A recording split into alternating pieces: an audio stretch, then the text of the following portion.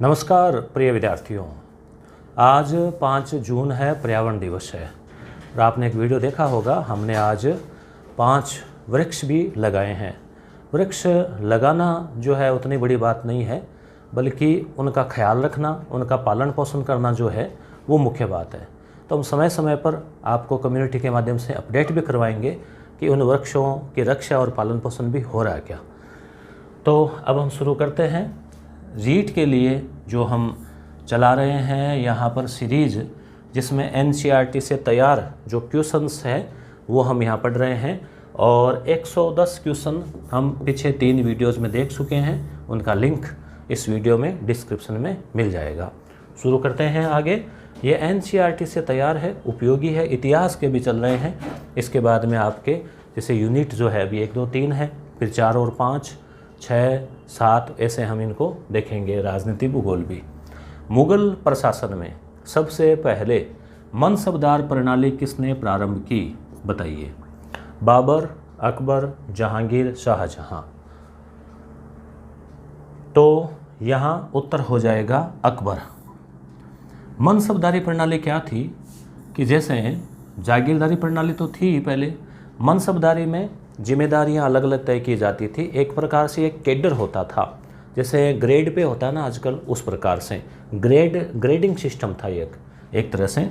अकबर जो है इसका शासनकाल 1556 से लेकर 1605 ईस्वी तक रहा और इसने एक विस्तृत साम्राज्य की स्थापना की, एक अच्छा प्रशासन जो स्थापित किया। और मनसबदारी प्रणाली जो है वो अपने शासन के लगभग 10 साल बाद, यानी कि 1566-67 में ये प्रणाली शुरू की। इसमें 2 प्रकार हुआ करते थे, एक तो जो है वो थी जात और एक था सवार। सवार का तात्पर्य घुड़सवार से होता था, यानी कि कितने घुड़सवार जो है उसके पास रहेंगे, और जात का तात्पर्य जो है वो पैदल सैनिक से लिया जाता था। हालांकि विद्वानों में मतभेद है इस चीज़ को लेकर कि इसका क्या क्या अर्थ था। तो प्रश्न क्लियर हो गया। मनसबदारी प्रणाली अकबर। बाबर आप जानते हैं भारत में मुगल साम्राज्य के संस्थापक जो है वो रहा। उसके बाद में हुमायूं आया, फिर अकबर आया। अकबर का पुत्र था जहांगीर और जहांगीर के बाद में शाहजहां। शाहजहां का जो मूल नाम था वो था खुर्रम।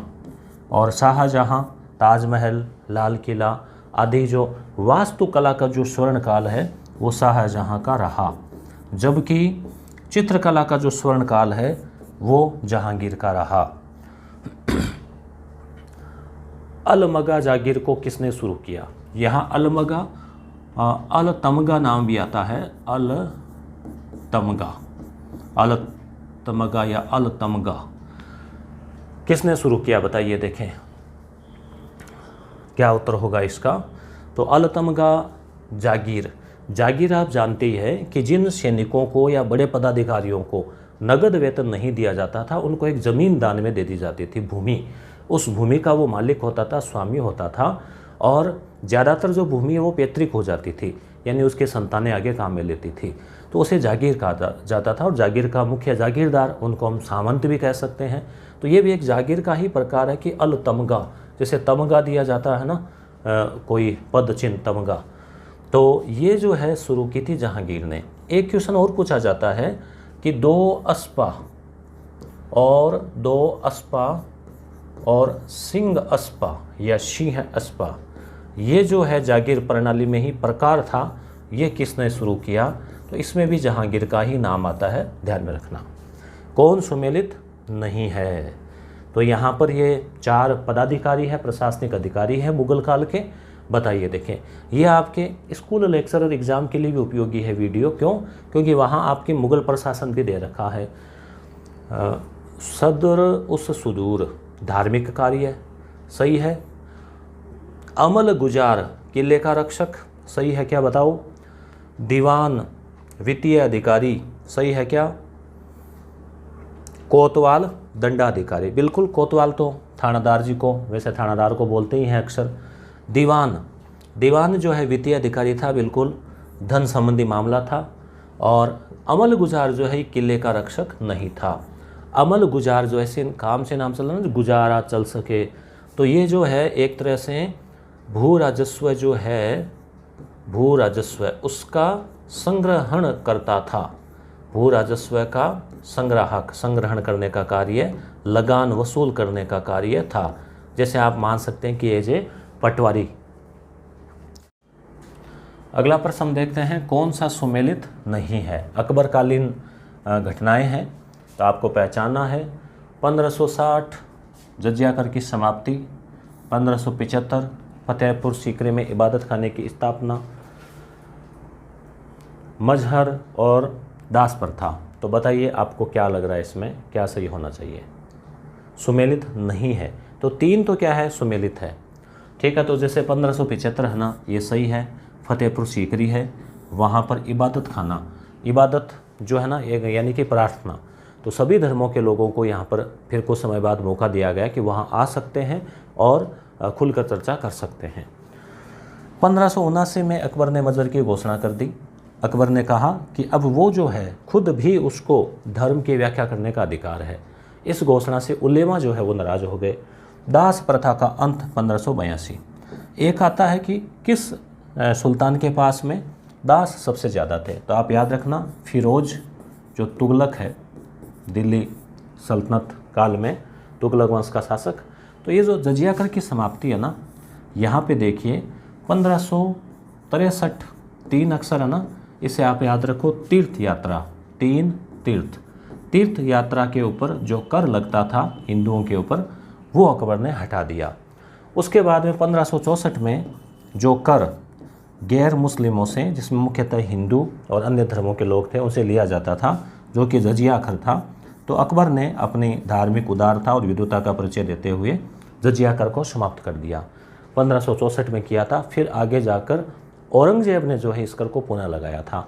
आप कमेंट करके बता सकते हैं क्या कब लगाया था, बताइए। देखिए आप में से जो है कौन इतिहास के विद्यार्थी है उनको याद है ये फैक्ट। किस मकबरे को मुगलों का कब्रगाह है, यानी वहाँ पर जैसे मकबरा है तो निश्चित रूप से कब्रगाह है वो। ताजमहल का पूर्वगामी भी कहा जाता है, तो बताइए इनमें से किसका है। यानी ताजमहल की प्रतिकृति एक तरह से पूर्वगामी है, कुछ कुछ ताजमहल वाला उसमें लुक है और सौंदर्य भी है उसमें। तो यहाँ पे उत्तर हो जाएगा हुमायूं का मकबरा।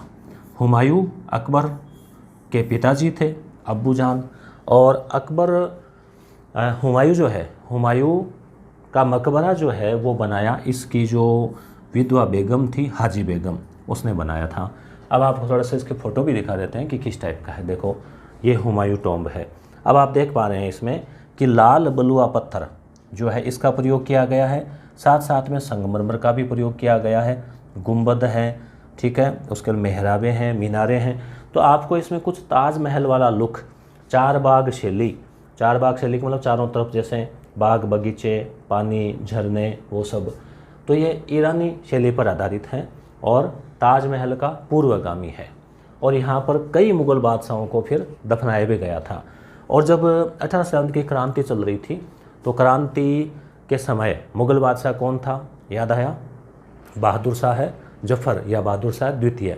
तो उसको अंग्रेज़ों ने यहीं पर इसी मकबरे में वो छुपा हुआ था, यहाँ से गिरफ्तार किया था। आगे क्वेश्चन आएगा कि दिल्ली में किन्होंने जो है वो कौन अंग्रेज़ कैप्टन जो है वो थे, आगे हम पढ़ेंगे।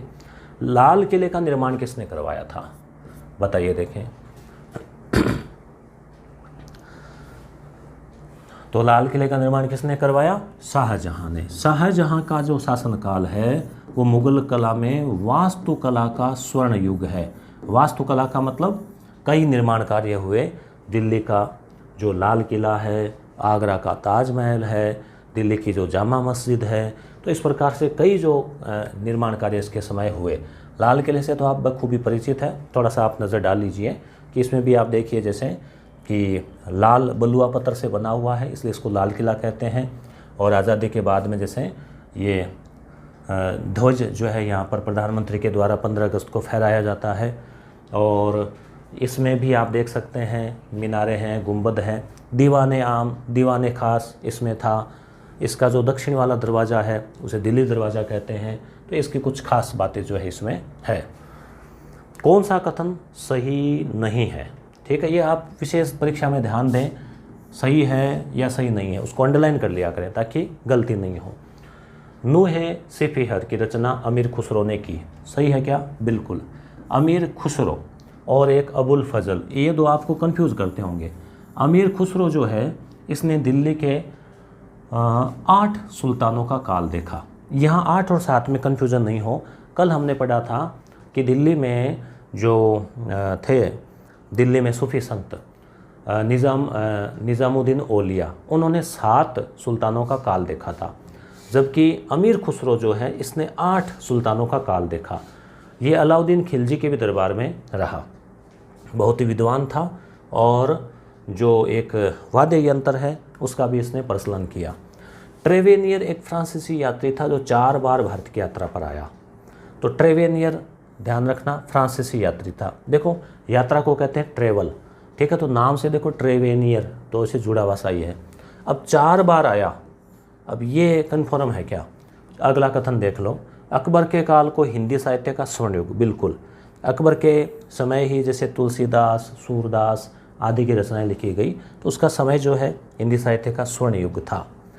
और उधर जैसे बिहारी है, बिहारी सतसई अपने आमेर में थे, तो अकबर का मकबरा सिकंदरा में है, ये भी सत्य है, ठीक है। तो ये जो है ना 4 बार नहीं आया, ये आया 6 बार, ठीक है, ट्रेवल की 6 बार, ठीक है।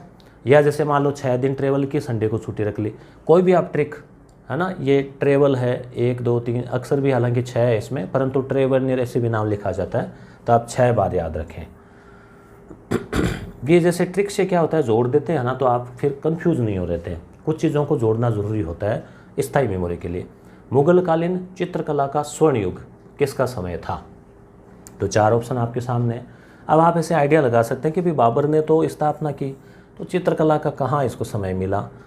शाहजहाँ का काल वास्तुकला का स्वर्ण काल है। अकबर जो है इतना चित्रकला में थी इसकी रुचि, चित्रकार भी थे इसके दरबार में, दसवंत बसावन वगैरह। तो मगर जहांगीर जो है ना, ये इसके समय चित्रकला का विकास हुआ और ये खुद भी चित्रकला का बड़ा पारखी था।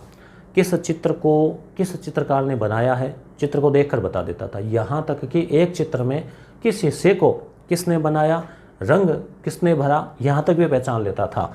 तो ये इसकी पार की नज़र थी। देखो लोगों की नज़र तो होती है ना पार की नज़र। पहले जैसे खोजी हुआ करते थे पुराने ज़माने में, खोज होते हैं ना अपने निशान पाँवों से, उससे पहचान लेते थे कि किसके हैं ये। किस मुगल बादशाह ने अपने आत्मकथा लिखी? तो 2 जोड़े हैं यहाँ पे, बताइए, देखें आपको क्या लग रहा है, कमेंट कर दो। देखें आपके कमेंट देखता था हूँ, मेरे से देखता हूँ मैं अक्सर, थोड़ा जवाब ही दे देते हैं कई बार। आजकल क्या है, व्यस्तता काफ़ी बढ़ गई है, एप्लीकेशन पर भी मॉक टेस्ट वगैरह मैं बता दूं आपको कि ये जो क्वेश्चन है इनकी व्याख्या सहित भी बड़ी बड़ी भारी भरकम व्याख्या, जैसे कैसे आपको 1 2 उदाहरण दे, जैसे कि ये जो क्वेश्चन है ना इन सब की, जैसे मान लीजिए राष्ट्रकूट वंश का संस्थापक कौन था, तो यहाँ देखिए इसकी पूरी इतनी व्याख्या की हुई है। और ये व्याख्या कहाँ से? जो NCERT की किताब है ना, वहीं से, उसी सोर्स है। तो इतिहास के अलग से 150 क्वेश्चन NCERT यूनिट 1 2 3, देखो इस पर लिखा हुआ है यूनिट 1 2 3, तो ये अलग से सेट करके ये PDF, जैसे देखो ये समझाने के लिए बड़ी करनी पड़ती है, लिख सकें इसमें। और ये जो है ना आप प्रिंट करवाओ तो दोनों साइड में है, और ये लगभग आपके 24 पृष्ठ है, तो 12 पन्नों में आपके आ जाती है। तो एक तो यूनिट 1 2 3, फिर 4 5 6 तक के 350 सवाल, और इसी में इतिहास के अलग करके उनकी ज़्यादा विस्तृत व्याख्या सहित ये अलग पेज है। ये शायद होंगे, शायद मेरे ख्याल से 15-16 पेज होंगे। तो ये सब सारी PDF आपको डाउनलोड के लिए, ताकि आप प्रिंट भी करवा सको, कहाँ मिलेगी? यस गुरु एप्लीकेशन पे। वो कहाँ मिलेगा? इसी PDF में लिंक दिया गया है नीचे, उस पर आप टच करना, इस वीडियो के नीचे आप टच करना तो टेलीग्राम चैनल खुल जाएगा, PDF मिल जाएगी, इस PDF के नीचे आप वहाँ जा सकते हैं। तो यस गुरु एप्लीकेशन में एक चिराग नाम का कोर्स है 95 का, उसमें जो है ना हमने ये सारी PDF डाउनलोड के लिए दे रखी है। तो आपके सभी एग्ज़ाम्स में, यहाँ तक कि फर्स्ट ग्रेड एग्ज़ाम में भी काम आएगी, रीट में काम आएगी, मुख्य परीक्षा में काम आएगी। आज एक खास ऑफर और दिया है हमने, आज 5 जून है, पर्यावरण दिवस है, 5 हमने पौधे लगाए आज, ठीक है। तो आज हमने एक ई-बुक लॉन्च की, उसका भी प्राइस 5 ही रुपये रखा है। ये एकमात्र, जैसे मान लो कि नाम मात्र ही है, क्योंकि केवल 5 रुपये जो है वो तो आपको पता ही है कि इससे तो ये PDF तैयार हो नहीं सकती। मगर 5 जून के विशेष उपलक्ष्य में 3 दिन ये ऑफ़र है। इसमें आपको कौन सी PDF मिलेगी? रीट 2011 जो RTT थी 11, फिर उसके बाद में 13 में हुआ ना, 12 में आया, फिर 15 में, फिर 17 में, फिर 21 में। तो जो 5 एग्ज़ाम हुए हैं उन 5 एग्ज़ाम में सभी विषयों की शिक्षण विधियों को अलग अलग टॉपिक वाइज, अंग्रेजी, संस्कृत, सामाजिक, हिंदी, विज्ञान, टॉपिक वाइज करके लगभग 50-60 पेज की PDF है, वो आपको डाउनलोड के लिए ई-बुक में दी गई है। इस वीडियो के नीचे लिंक मिल जाएगा, टच करना, और मात्र 5 रुपये। एक चीज़ खास और है, यस गुरु ऐप के ऊपर 51,000 डाउनलोड हो चुके हैं, 50,000 क्रॉस कर चुका है। तो आप सभी को बहुत बहुत धन्यवाद इतना विश्वास जताने के लिए। ये एक फैमिली है यश गुरु की, और संजय पाल सर अक्सर कहते हैं कि आप उपयोगी और सही स्थान पर है। तो हम प्रयास करते हैं, क्योंकि YouTube के ऊपर पढ़ाया जा सकता है, मगर PDF डाउनलोड करना, मॉक टेस्ट वगैरह वो एप्लीकेशन में ही संभव है। तो एप्लीकेशन में भी जो है हमारा वर्क बराबर चलता रहता है। तो आप ये PDF ई-बुक डाउनलोड कर सकते हैं, इस ऑफ़र का फ़ायदा ले सकते हैं अगर आप रीट दे रहे हैं। आगे जो शिक्षक भर्ती परीक्षा होगी जनवरी 2023 में, वहाँ भी ये चीज़ें काम आएगी। सेकंड ग्रेड की शिक्षण वीडियो में चीज़ें काम आएगी, क्योंकि ओल्ड क्वेश्चन रिपीट भी होते हैं और उनसे कॉन्सेप्ट भी क्लियर होता है ओल्ड क्वेश्चन से, और अपनी तैयारी का मूल्यांकन भी होता है। कौन सा कथन सही नहीं है बताइए। देखें 4 ऑप्शन यहाँ पर आपके सामने आ गए हैं, तो पढ़ लेते हैं। लॉर्ड वेलेस्ली की सहायक संधि को सबसे पहले मैसूर राज्य ने स्वीकार किया, सही है क्या? भारतीय देशी राज्यों के प्रति सर्वोच्चता की नीति को लॉर्ड हेस्टिंग्स ने अपनाया। देशी राज्यों के प्रति सर्वोच्चता की नीति। 1600 ईस्वी में ईस्ट इंडिया कंपनी की स्थापना हुई 31 दिसंबर साल के लास्ट दिन, पूरे 1600 में। और महारानी कौन थी उस समय? एलिजाबेथ। और 1857 की जब क्रांति हुई थी उस समय महारानी कौन थी? इसमें अंग्रेज जीत गए थे ना, अंग्रेज जीत गए, तो ये चिन्ह किसका बनता है? V, victory. तो अंग्रेज जीत गए, विक्ट्री हो गई, तो विक्ट्री मतलब विजय, तो विक्टोरिया। ऐसे आप ट्रिक से याद रख सकते हैं, विक्टोरिया। ठीक है। आज़ादी के वक्त जो है वो पुनः एलिजाबेथ द्वितीय थी जब आज़ाद हुआ। पुर्तगाली यात्री वास्को डे गामा 1498 में पहली बार भारत आया। फिर ये कहते हैं ना कि हिल गयो, मतलब आनो हिल गया था, तो फिर बार बार आया, 2 बार 3 बार। तो इसमें है ना ये पहला कथन मैसूर ने स्वीकार नहीं किया था। ये जो मैसूर है ना, ये यहाँ पे होगा हैदराबाद। हैदराबाद जो है इसने ये सहायक संधि स्वीकार की। सहायक संधि कौन लेकर आया? वेलेस्ली। ये भी एक क्वेश्चन बनता है, कब? तो ये है 1798 में जो है ना ये स्कीम लेकर आया सहायक संधि। घातक की स्कीम थी, एक तरह से स्वतंत्रता छीन जाती थी, अंग्रेज़ों के मकर जाल में जो राजा फंस जाते थे। आगे हम देखें questions. The native state of India पुस्तक के लेखक कौन है? नेटिव स्टेट, नेटिव का मतलब होता है मूल निवासी। तो इस पुस्तक के लेखक कौन है बताओ। देखें पता चला? तो इसका उत्तर है वार्नर। देखो इसको आप एक ट्रिक से याद रख सकते हैं, वार्निंग। वार्नर मतलब वार्निंग।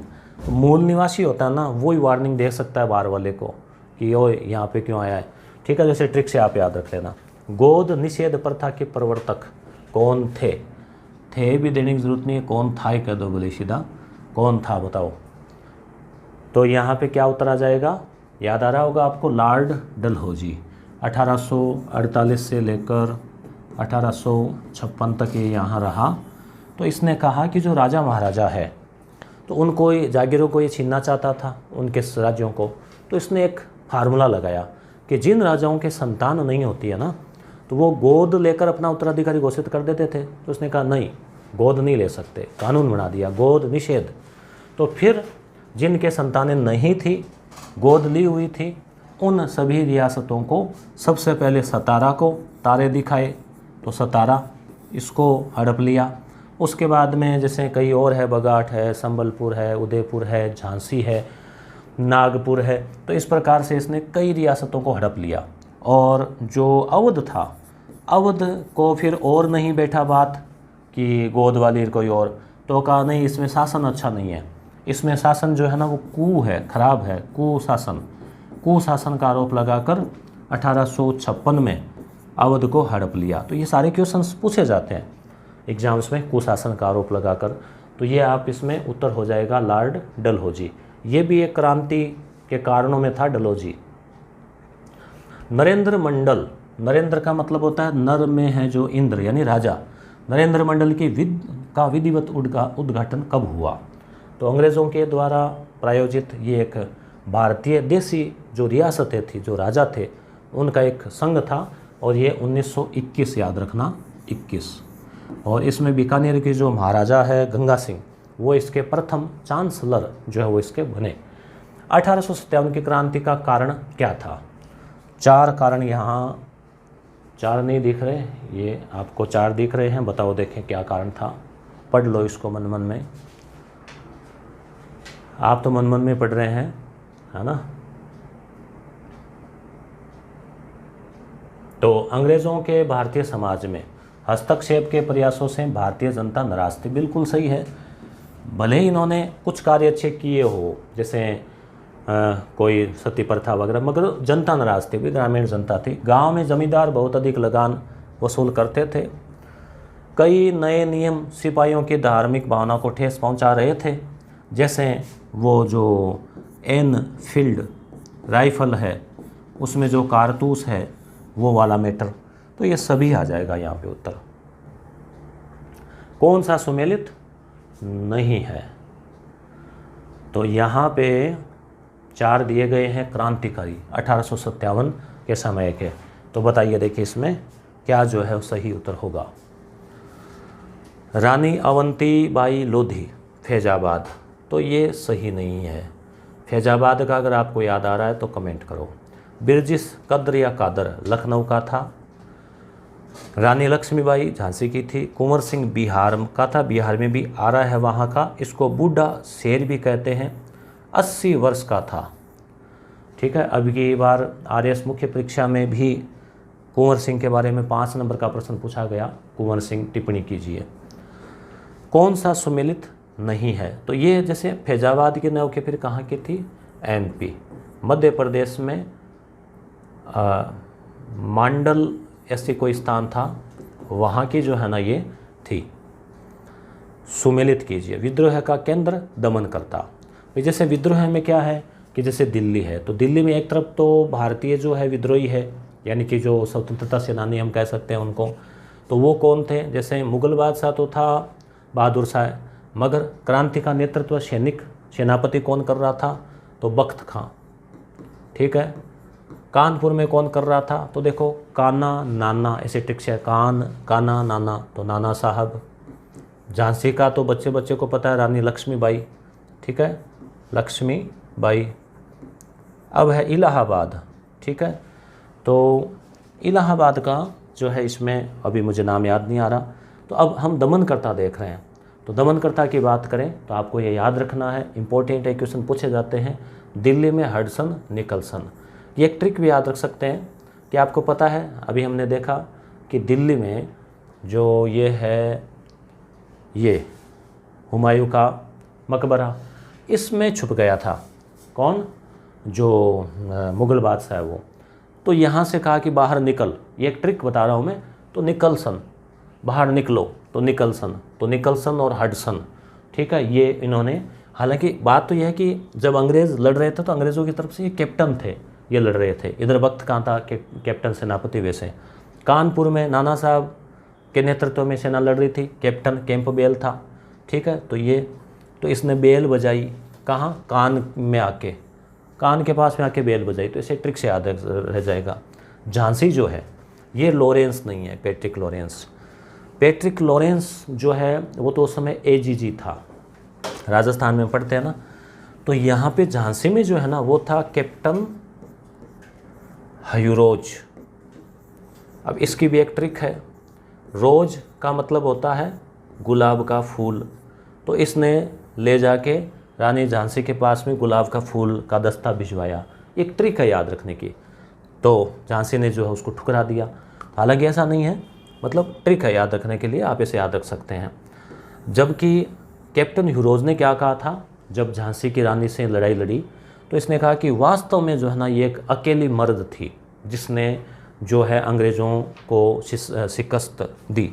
इलाहाबाद में नील, इसका ट्रिक है इल्ली नीली, इल्ली नीली, ऐसे आप ट्रिक याद रख सकते हैं।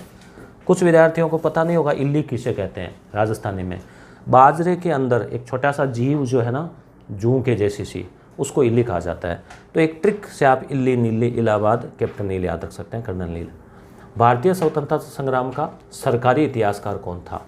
यानी जो भारतीय स्वतंत्रता संग्राम 1857 और उसके बाद की घटनाएं, उनको सरकार की ओर से किस इतिहासकार को नियुक्त किया गया, बताओ।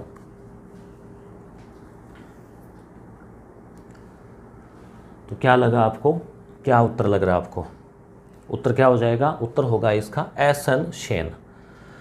आर.सी. मजूमदार को 1953 है शायद लगभग, उसमें नियुक्त किया, मगर फिर 52 होगा शायद, 52 या 53, फिर सरकार से कुछ लेके वैचारिक मतभेद हो गया, तो फिर एस.एन. सेन को नियुक्त किया गया। तो देखो सरकारी, तो स से सरकारी, एस से सरकारी, स से सेन, स से सरकारी, ट्रिक याद रखना। रूहेलखंड में 1857 के विद्रोह का नेतृत्व किसने किया? रूहेलखंड। तो या तो अगर आपको बाकी याद है, जैसे बहादुर शाह जफर, तो इसने नेतृत्व अलग से कहीं नहीं किया, बल्कि क्रांतिकारियों ने इनको अपना नेता घोषित कर दिया, अपना बादशाह घोषित कर दिया। तो बहादुर शाह जफर दिल्ली, बख्त खान दिल्ली, कुंवर सिंह बिहार, तो खान बहादुर बच गया, और खान बहादुर तो रूहेल मतलब रूह है यानी आत्मा, इतना बहादुर था कि अंग्रेज़ों की आत्मा भी जो है ना वो डर जाए। ऐसे ट्रिक से आप इसको जोड़ सकते हैं। दस्तक शब्द से क्या अर्थ है? दस्तक। ये क्वेश्चन संख्या 29 तो वैसे लगी हुई है, वैसे ये क्वेश्चन वैसे कुल मिलाकर 130वां नंबर क्वेश्चन है। ये 3 वीडियो पहले हम लगा चुके हैं। दस्तक शब्द का तात्पर्य क्या है? शुल्क मुक्त व्यापार। जब अंग्रेज़ यहाँ पे आए थे तो व्यापार करते हैं तो टैक्स देना पड़ता है, चुंगी देनी पड़ती है। तो इन्होंने क्या किया कि 1717 के आसपास जो है ना वो मुग़ल बादशाह था फर्रुखशियार, तो उसकी चिकित्सा कर दी, इलाज कर दिया एक अंग्रेज़ डॉक्टर ने।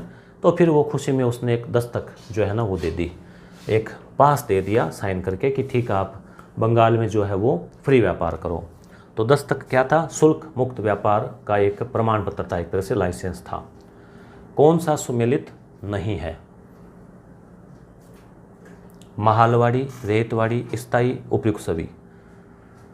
तो यहाँ पर जो है सुमेलित है सभी।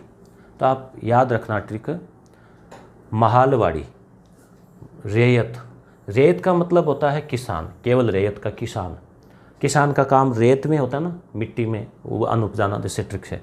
महालवाड़ी, ये इसका अर्थ होता है महाल यानी गाँव, पूरे गांव के साथ में बंदोबस्त होता था। ये होता था किसान के साथ व्यक्तिगत। स्थायी बंदोबस्त में क्या था कि 10 सालों के लिए, एक लंबे समय के लिए एक बंदोबस्त किया जाता था। ये बंगाल वगैरह इलाके में मुख्य था। ये लॉर्ड कॉर्नवालिस है इस शुरू करने वाला। ये है मुनरो, इसकी भी एक शानदार ट्रिक है। मुन्ना किसे कहते हैं? छोटे बच्चे को। छोटा बच्चा कहाँ खेलता रहता है, उसको क्या पसंद होती है? रेत। तो मुन्ना खेले रेत में, तो रेतवाड़ी, मुनरो। महाल तो हॉल्ट, मैकेंजी, होटल, महल, ऐसे। नील बगान मालिकों के खिलाफ चंपारण आंदोलन कब शुरू हुआ? अब गांधी जी वाली बात आ गई है तो आपको ध्यान में होगा। और एक चीज़ और बता दूं, कुछ विद्यार्थी पूछ रहे थे कि फर्स्ट ग्रेड में गांधी जी वाला टॉपिक हटाया था, जोड़ दिया। बिल्कुल जोड़ दिया है गांधी जी वाला, फिर उसके अलावा बाबा साहब अम्बेडकर और सरदार पटेल, ये 3 टॉपिक जो है वो जोड़ दिए हैं। तो नील, ये आप जानते हैं 1917 चंपारण गांधी जी का भारत में पहला आंदोलन था। गुमास्ता किसे कहते हैं? वेतनभोगी कर्मचारी, जो अंग्रेज़ों की जो ईस्ट इंडिया कंपनी थी उसमें जो काम करते थे उनको गुमास्ता कहते थे। Poverty and un British rule, यानी गरीबी और गैर ब्रिटिश शासन। ये क्या है गैर ब्रिटिश? इसका मतलब ये हुआ कि जो उदारवादी थे, जो कांग्रेस के नेता थे उदारवादी, वो ये मानते थे कि अंग्रेज़ तो अच्छे हैं, ब्रिटेन अच्छा है, ब्रिटेन लोकतंत्र का समर्थक है, परंतु भारत में कंपनी शासन कर रही है, इसलिए ब्रिटेन का शासन नहीं है, ब्रिटिश रूल नहीं है, बल्कि कंपनी का राज है जो यहाँ अत्याचार कर रही है, ऐसा वो उनका मानना था। तो पॉवर्टी एंड अन ब्रिटिश, और ये मानने के पीछे वजह भी थी क्योंकि उस समय देखो शुरुआत थी विद्रोह की, उस समय सीधे हथियार उठाते तो दबा दिए जाते, क्रांति 28 सितंबर की क्रांति की तरह। तो इन्होंने एक परिस्थितियों के अनुसार सही मांग की। तो दादा भाई जो नौरोजी हैं उन्होंने ये किताब लिखी और पहली बार भारतीयों की आय बताई, वार्षिक आय 20 रुपये ऐसा कुछ बताया था।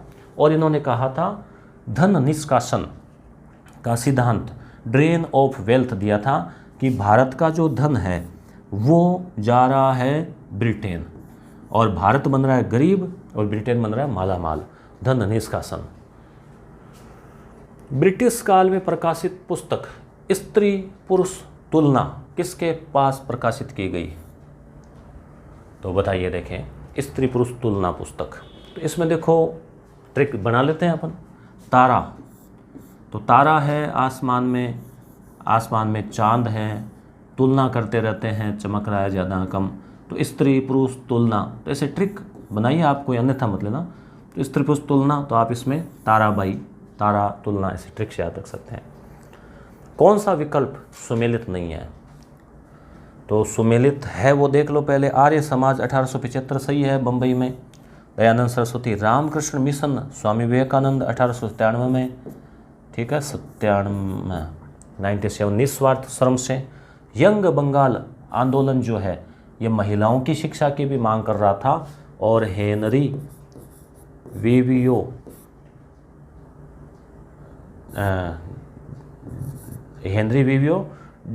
डेनरी या डेरेजनी ऐसे कुछ नाम था इसका। तो ये जो है यंग बंगाल आंदोलन इसने चलाया, हालांकि अंग्रेज़ था, युवा था, मगर जो है ये एक तरह से समाज सेवा के लिए, समाज सुधार के लिए कार्य कर रहा था। ब्रह्म समाज जो है राजा राम मोहन राय वाला 1828 में स्थापना हुई थी। ये उपनिषदों में अविश्वास नहीं विश्वास करता था। उपनिषदों में तो विश्वास करता है, तो वहाँ तो दर्शन है, फिलोसॉफी है। ये तो मूर्ति पूजा, अंधविश्वास, जाति पांति, इनमें विश्वास नहीं करता था, इनका विरोध करता था ये। कौन सा विकल्प सुमेलित नहीं है? 4 क्वेश्चन और है। मद्दिगा समुदाय आंध्र प्रदेश, दुबला गुजरात, महार महाराष्ट्र। आपको याद होगा भीमराव अंबेडकर जो है बाबा साहेब, वो इसी समुदाय से बिलोंग करते थे।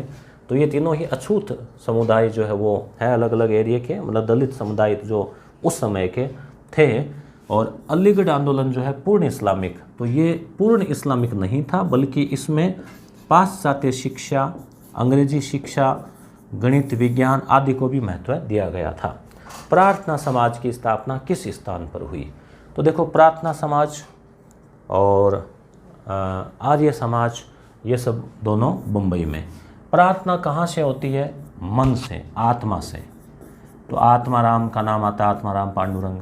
प्रार्थना होती है महादेव की, तो महादेव, गोविंद रानाडे आदि इनके नाम आते हैं। पेरियार के नाम से कौन जाने जाते हैं? तो ये दलित जाति से बिलोंग करते थे और बहुत बड़े जो समाज सुधारक थे। तो E.V. रामास्वामी नायकर नाम भी आता है इनका, नायकर पेरियार। E.V. रामास्वामी नायकर पेरियार इनको कहा जाता है। गुलामगिरी पुस्तक के लेखक कौन थे? क्वेश्चन कैसे लग रहे हैं और आपने क्या वीडियो यहाँ तक देखा है? यहाँ तक देखा है तो आप कमेंट कर सकते हैं कि हाँ 40 सवाल 30 सवाल पूरे देखे, 30 कमेंट कर देना। वीडियो अच्छा लगे तो आप फीडबैक देते रहते हैं लाइक वाइक करके, तो देखते रहना, आप करते रहना शेयर वगैरह। और वो गुलामगिरी पुस्तक, तो इसमें आ जाएगा ज्योतिराव फुले। कौन सा कानून सबसे पहले बना था? तो 4 यहाँ पे कानून है, विचार करो, देखें आपको क्या इतिहास का फैक्ट याद आ रहा है क्या? तो पता चला जैसे सत्य प्रथा। सत्य प्रथा जो राजा राममोहन राय के प्रयासों से, कब? 1829। कौन था उस समय? Lord William Bentinck. तो बेंटिक ने, याद रखना, बेंटिक ने बैन लगा दिया, तो बैन पर टिक लगा दिया सत्य प्रथा। बाल विवाह है, बाल विवाह है हरविलास शारदा के प्रयासों से 1929 में लागू हुआ। इसको शारदा एक्ट भी कहते हैं। 1928 में बना, 29 में लागू हुआ। और इसमें फिर आगे और संशोधन हुआ। उस समय बाल विवाह की आयु कन्फर्म तो भी याद नहीं आ रही, 12 और 16 वर्ष कुछ रखी गई थी, फिर 14 और 18 की गई, फिर 18 और 21 की गई, और अब तो 21-21 है। ठीक है ना। विधवा विवाह है तो ये ईश्वर चंद्र विद्यासागर के प्रयासों से 1856 ईस्वी में पारित किया गया था। तो अब ये जो PDF है आपको, ये टेलीग्राम चैनल इस वीडियो के नीचे दिया गया है, उसमें आपको मिल जाएगी। और इसी PDF को आप जैसे टच करेंगे तो जिस कोर्स को आप चिराग देखना चाहते हैं तो टच करें। 25 PDF है इसमें, फर्स्ट ग्रेड, सेकंड ग्रेड। तो इस पर जैसे आप टच करेंगे आपको वो कोर्स खुल जाएगा और आप वहाँ से जैसे E-बुक, तो जैसे मैंने बताया 5 रुपये ऑफ़र, टच करना यहाँ पे, सीधा वो पेज खुल जाएगा और वहाँ से आप उसको ले सकते हैं। तो मिलते हैं कल अगली क्लास में, जिसमें हम 10 क्वेश्चन तो इतिहास के देखेंगे और उसके साथ इतिहास के 150 प्रश्न जो है व्याख्या सहित हम देख चुके होंगे। और फिर आगे या तो जियोग्राफी है या फिर पॉलिटिकल है, वो देख लेंगे कल, तो उसमें हम देखेंगे। धन्यवाद।